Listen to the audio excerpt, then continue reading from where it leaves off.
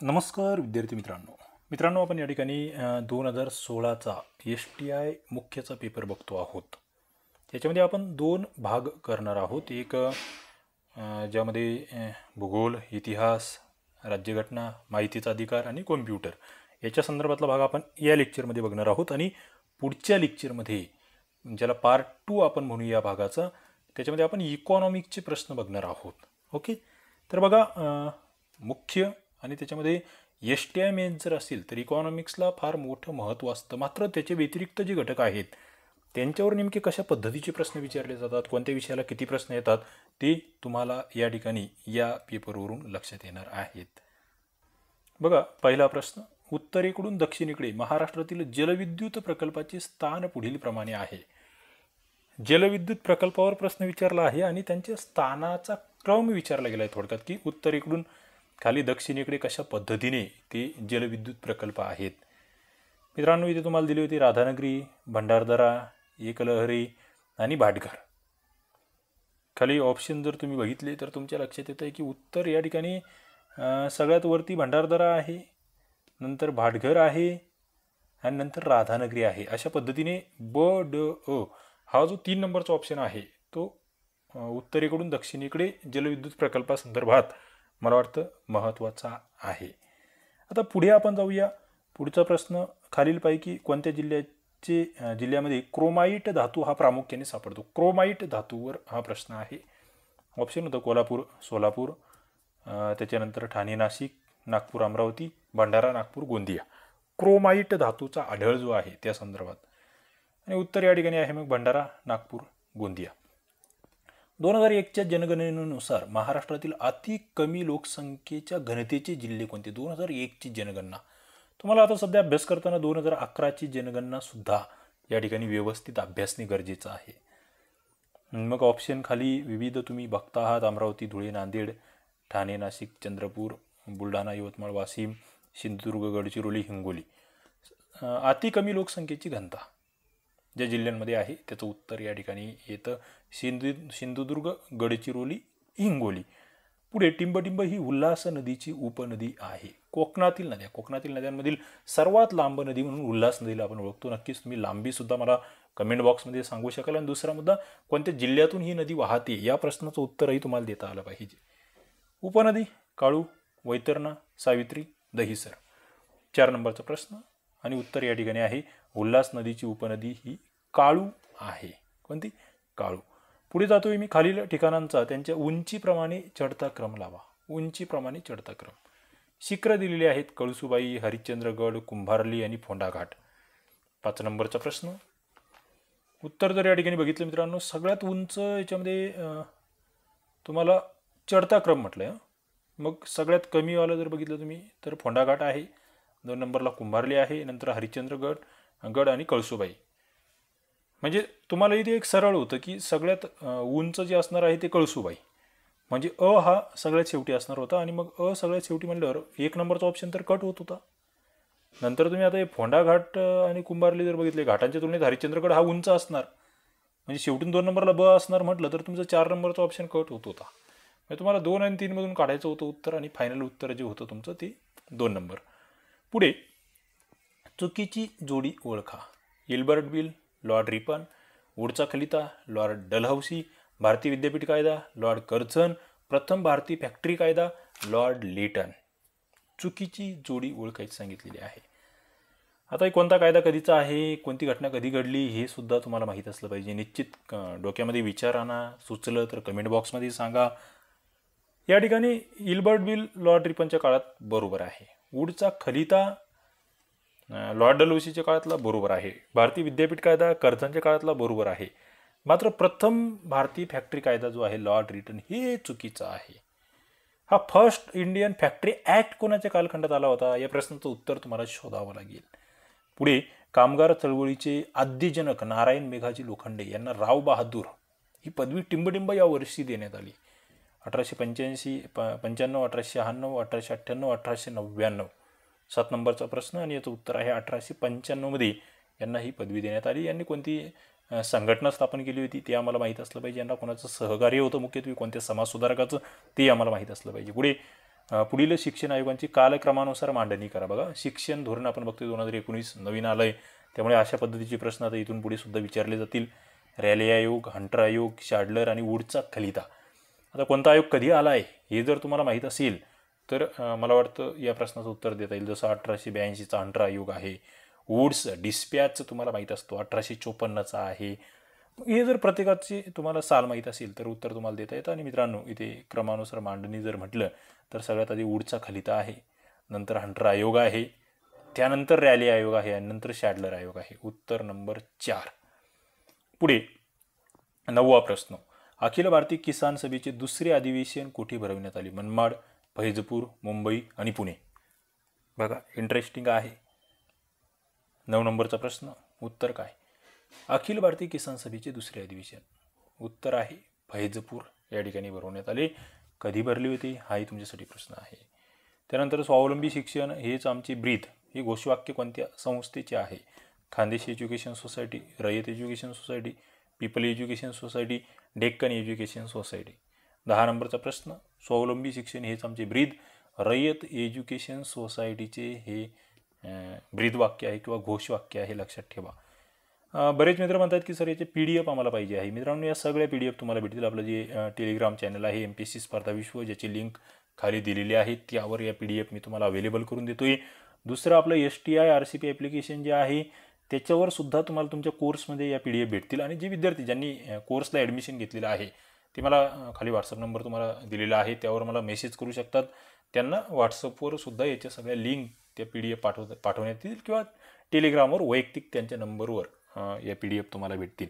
आपण PSI STI ASOचा कोर्ससुद्धा develop केलेला आहे, ज्यामध्ये पूर्व आणि मुख्य परीक्षा जी आहे त्याची आपण पूर्ण तयारी करून घेतो. ज्याचे ऑलरेडी खूप सारे लेक्चर आपल्या या कोर्समध्ये तुम्हाला अवेलेबल करून दिलेले आहेत. त्यातले बरेचसे लेक्चर यूट्यूबलाही तुम्हाला सापडतील. मात्र सगळे लेक्चर्स यूट्यूबला नाही आहे, क्रमबद्ध रीतीने त्यामध्ये खूप सारे PDF आहे, ई-बुक्स आहेत, टेस्ट सिरीज आहे, त्याच्या PDF आहेत, त्या सगळ्या तुम्हाला या कोर्समध्ये भेटणार आहेत. कोर्सची लिंकसुद्धा खाली आहेत. जे विद्यार्थी नव्याने अभ्यास करतायत, ज्यांना प्रामाणिकपणे मुख्य परीक्षासुद्धा पास होऊन फायनल पोस्ट काढायची आहे, त्यांच्यासाठी निश्चित तो कोर्स उपयुक्त आहे. पुढे आपण जातो आहोत. 11 नंबरचा प्रश्न. संविधान सभेची प्रथम बैठक 9 डिसेंबर 1946 रोजी झाली. संविधान सभेने 29 ऑगस्ट 1947 रोजी प्रारूप समितीची स्थापना केली. BN राव हे संविधान सभेचे संविधानिक सल्लागार होते. अयोग्य विधान निवडायचं आहे. खाली ऑप्शन जर तुम्ही बघितली तर उत्तर तुमचं येतंय की सगळंच बरोबर आहे. 9 डिसेंबरला पहिली बैठक, येस बरोबर आहे. कुठे झाली, कोणता हॉल आहे तो, त्याचं नाव काय, त्याचे अध्यक्ष कोण होते? मग संविधान सभेने 29 ऑगस्ट 47ला प्रारूप समितीची स्थापना केली. ड्राफ्टिंग कमिटी हिचे अध्यक्ष कोण होते हे तुम्हाला माहीत असलं. BN राव हे संविधान सभेचे सल्लागार होते. येस बरोबर आहे. म्हणजे या ठिकाणी वरीलपैकी एकही चुकीचं नाही. चौथं उत्तर. पुढे भारतीय संविधानामध्ये ब्रिटिश संविधानातून कोणती तत्वे स्वीकारण्यात आली? संविधानाचे जे स्रोत आपण म्हणतो किंवा उगमस्थानी म्हणतो त्यावर हा प्रश्न आहे. राज्याची नीती निर्देशक तत्वे, स्वातंत्र्य, समता, बंधुत्व, कायद्याचे राज्य, कायदा निर्मिती प्रक्रिया. 12 नंबरचा प्रश्न. आणि याचं उत्तर जर बघितलं तुम्ही तर काय आहे या ठिकाणी? राज्याची मार्गदर्शक तत्वे कोणाकडून घेतली हा एकदा विचार मनामध्ये करा. तुम्हाला कळेल की नाही हे तर ब्रिटिशांकडून घेतलं नाही. आपण स्वातंत्र्य, समता, बंधुत्व कोणत्या क्रांतीतून आपण घेतलेले आहेत? राज्यक्रांती निश्चित. पुढे कायद्याचे राज्य आपण ब्रिटिशांकडून घेतले आणि कायदा निर्मिती प्रक्रियाही आपण घेतली. रूल ऑफ लॉ आणि प्रोसिजर ऑफ लॉ मेकिंग या दोन गोष्टी आपण ब्रिटिशांकडून किंवा ब्रिटिश संविधानातून घेतलेल्या आहेत. पुढे जातोय मी. 13 नंबरचा प्रश्न. योग्य कथन ओळखा. डॉक्टर BR आंबेडकर यांनी भाग 3चे वर्णन संविधानाचा सर्वात टीकात्मक भाग असे केले आहे आणि यांनी अनुच्छेद 32चे वर्णन संविधानाचा आत्मा आणि हृदय असे केलेले आहे. 13 नंबरचा प्रश्न. खाली मग ऑप्शन होते काय बरोबर? उत्तर आहे दोन्हीही बरोबर आहे. भाग 3 संविधानाचा सर्वात टीकात्मक भाग. मित्रांनो, याच्यामध्ये कशाचा उल्लेख आहे बरं? भाग 3 कशा संदर्भात आहे आणि अनुच्छेद 32 कशा संदर्भात आहे? निश्चित विचार करा, कमेंट बॉक्समध्ये कमेंट करा. पुढे भारतातील कोणत्या राज्यात विधान परिषद अस्तित्वात आहे? विधान परिषद. तेलंगणा, आंध्र प्रदेश, उत्तराखंड, उत्तर प्रदेश. 14 नंबरचा प्रश्न आहे. आणि इथे जर तुम्ही बघितलं तर तेलंगणामध्ये सुद्धा आहे, आंध्र प्रदेशमध्ये सुद्धा आहे, उत्तर प्रदेशमध्ये सुद्धा आहे, उत्तराखंडमध्ये नाही आहे. 2 नंबरचं उत्तर. सध्या किती राज्यामध्ये विधान परिषद आहे? नीट एकदा करंट अफेअरच्या लेटेस्ट पुस्तकामधून बघा आणि मला सांगा किती जणांचा पाठ आहे ते आपण बघूया. किती राज्यामध्ये विधान परिषद आहे आणि कोणकोणत्या राज्यांमध्ये आहे. महाराष्ट्रामध्ये आहे का, किती सदस्य आहेत, इंटरेस्टिंग प्रश्न तुमच्यासाठी आहेत. पुढे जातोय मी. नागरिकांच्या मूलभूत कर्तव्यांबाबत खालील पैकी कोणती विधानं बिनचूक आहेत. मूलभूत कर्तव्य, fundamental duties of the citizen ज्याला आपण म्हणतो. नागरिकांची मूलभूत कर्तव्य ही 42व्या भारतीय घटनादुरुस्तीद्वारे 1976ला समाविष्ट करण्यात आली. नागरिकांच्या मूलभूत कर्तव्यांचा राज्यघटनेत समावेश करणारा जपान हा एकमेव देश आहे.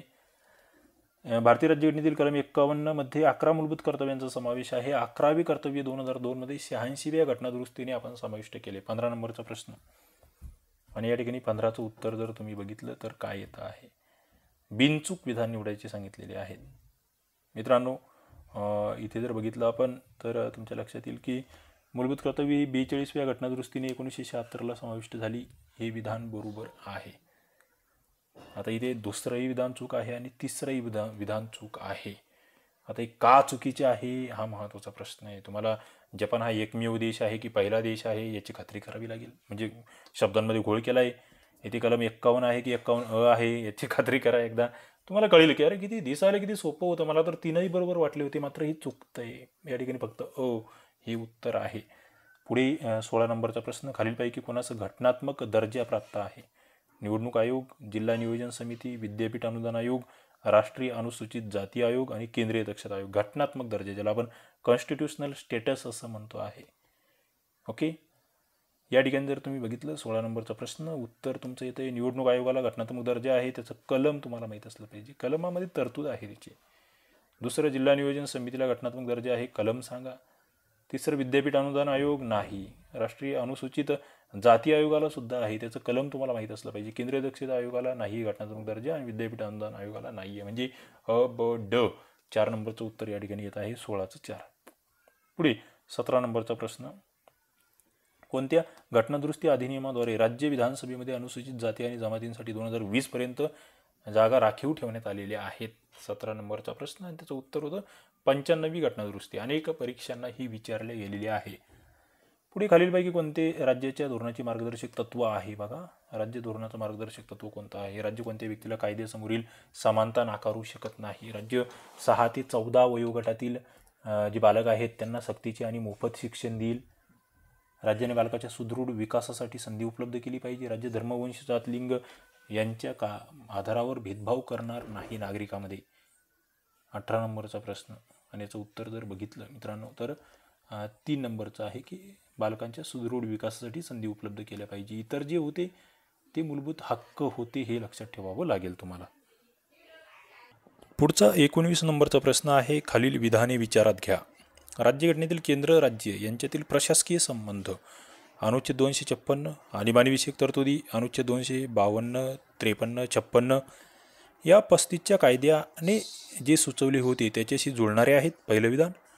राज्यघटनेतील प्रौढ मताधिकारा संबंधीच्या तरतुदी देखील 1935च्या कायद्याने जे सुचवले होते त्याच्याशी जुळणारे आहेत. आणि मग खाली काय बरोबर काय चुकीचं, दोन्ही विधानं तुम्हाला व्यवस्थित माहीत असली पाहिजे. मित्रांनो, यामध्ये जर तुम्ही बघितलं तर पहिलं विधान हे पूर्णतः बरोबर आहे, मात्र दुसरं विधान हे चुकीचं आहे. प्रौढ मताधिकारासंदर्भातलं विधान चुकीचं आहे, म्हणून उत्तर याचं 1 नंबर आहे. त्यानंतर जोड्या लावा कलमे आणि त्यांच्यातल्या तरतुदी. कलम 14, कलम 21, कलम 23, कलम 18. कलम 14 काय म्हणते आपल्याला माहीत आहे, कायद्यासमोर समानता. कलम 21 जे आहे ते 6 ते 14 वर्षाच्या मुलामुलींना मोफत अनिवार्य शिक्षण.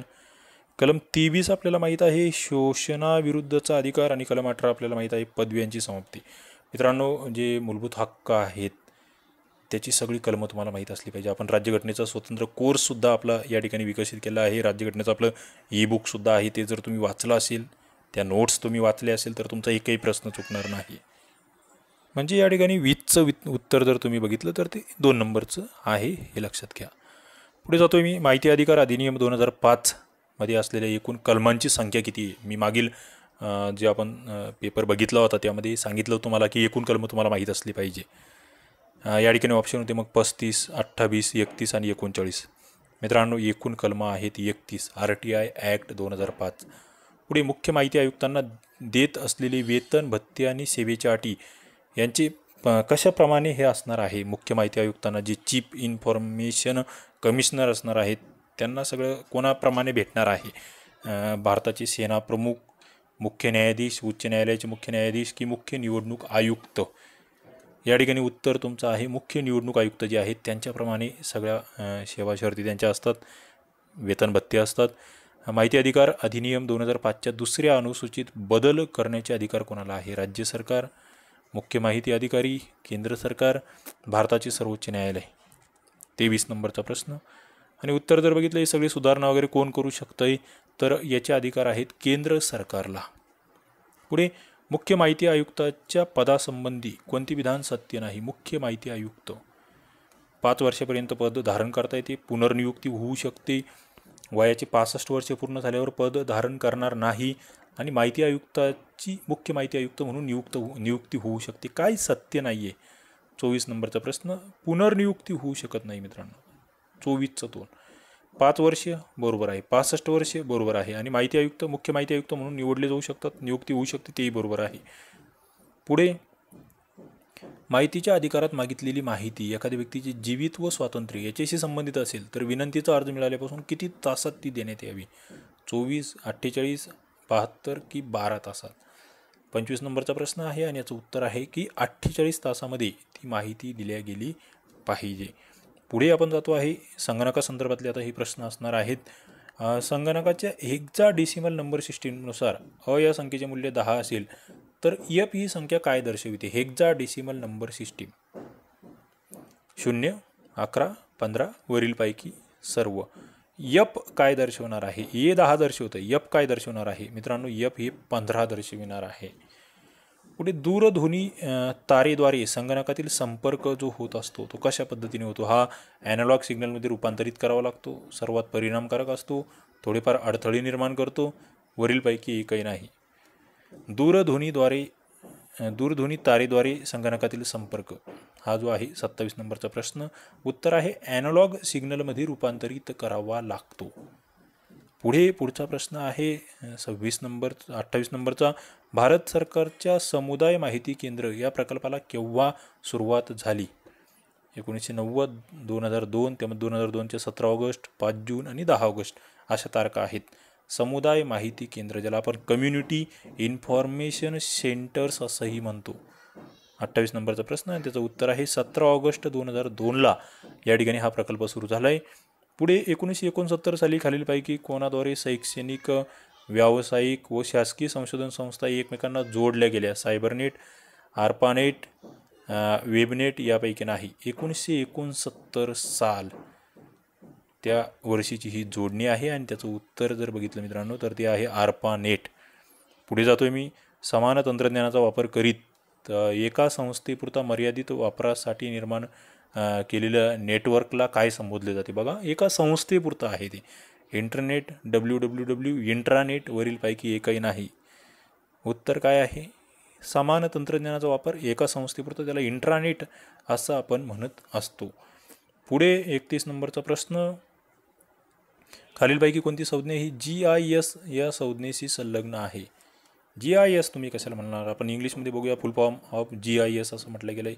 Geographical information system, geological information system, GEO information system आणि ग्रँड इन्फॉर्मेशन सिस्टीम. 31 नंबरचा प्रश्न, याचं उत्तर 1 नंबरचं आहे. GIS, geographical information system. पुढे मॉडेममध्ये खूप डिजिटल सिग्नल एकत्रित असतात. डिजिटल सिग्नल लहरींचे काही गुणधर्म बदलतात.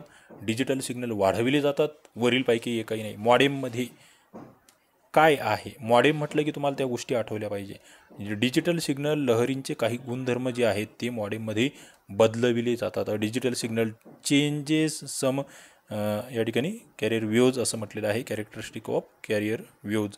पुढे मीडिया लॅब आशियाचे अनुप्रयोग किंवा applications of media lab Asia म्हटलेलं आहे की त्याचा नेमके उपयोग काय आहे?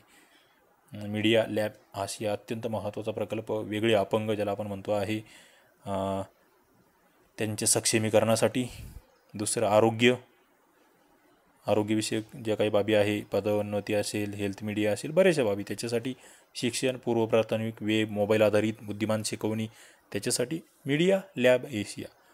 त्याचे उपयोग काय आहेत? तर मित्रांनो या ठिकाणी अपंग असतील, आरोग्य संदर्भातलं असेल, शिक्षण असेल, या सगळ्यांसाठी म्हणजे 4 नंबरचं उत्तर याचं आहे मीडिया लॅब आशिया. किंवा एशिया असंही त्याला म्हटलं जातं. पुढे फायबर ऑप्टिक केबलमधील संदेश वहनाचे माध्यम नेमके कोणते असते? वीज प्रवाह, प्रकाश लहरी, ध्वनी लहरी, विद्युत चुंबकीय लहरी. उत्तर या ठिकाणी जर बघितलं तुम्ही 34 नंबरचं तर आहे प्रकाश लहरी, फायबर ऑप्टिक केबल. पुढे आपण जातोय माहिती तंत्रज्ञान संदर्भाने P2P या संबोधनाचा अर्थ काय आहे? P2P म्हणजे काय नेमकं? Reference to the internet, the meaning of the term P2P, peer to peer, person to person, public to public, private to public. 35 नंबरचा प्रश्न आणि याचं उत्तर आहे पियर टू पियर. पुढे जातोय मी खालील विधाने विचारात घ्या. क्षेत्रीय नियोजनाची सुरुवात करणारा अमेरिका हा पहिला देश आहे. राष्ट्रीय नियोजनाची बीजे बोल्शेविक क्रांतीमध्ये सापडतात. भारतामध्ये क्षेत्रीय नियोजनाची सुरुवात 1976 पासून झाली.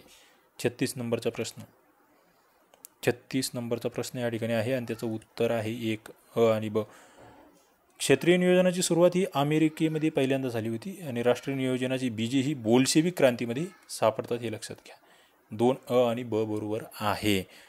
36 नंबरचा प्रश्न या ठिकाणी आहे. आणि पुढे जर बघितलं आपण तर पुढचे प्रश्न आहेत ते अर्थशास्त्रासंदर्भातील, ते आपण पुढच्या लेक्चरमध्ये घेणार आहोत. निश्चित तुम्हाला हे लेक्चर आवडलं असेल.